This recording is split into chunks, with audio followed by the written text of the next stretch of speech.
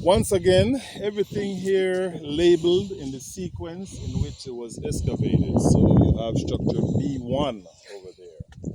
Over here is B2 because remember this is A4, right? Right. So that one isn't B anything. Yeah, this is backside of A4. So B2, B3, B4 is the tallest, B5 and B6 in the far corner. Okay. Interestingly enough, over here is referred to as the royal residences. So structure B3 and B5 considered where the ruler and his immediate family would have been living. So obviously the average Joe wouldn't be living in a limestone building like that. This is as good as it gets in the time of the Maya. All right, this is like a mansion for the ruler and his family. The average Joe will be living in the periphery in wood and thatched homes. Of course, those have rotted away a long time ago, so they don't know a whole lot about their day-to-day life. They know more about the elite because their stuff is more permanent. Mm-hmm.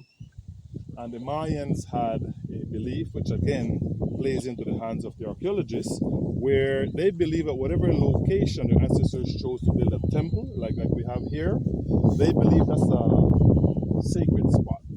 They're not going to go elsewhere to keep building. They will build on that very spot just on top. So they will cover up what their ancestors had built, their father and grandfathers, and then they keep going higher and higher and higher. Everything then is being protected by the subsequent phases on top of it. So that is why today they know a lot about the Maya, because you can imagine if this site was abandoned window, you can vaguely see some mass. You have five mass in front of that building, but they're kind of faded because it's the original, it's not replica. But if those five masks were left exposed by the Maya when this site was abandoned in AD 900, you think those would be there today? Of course not.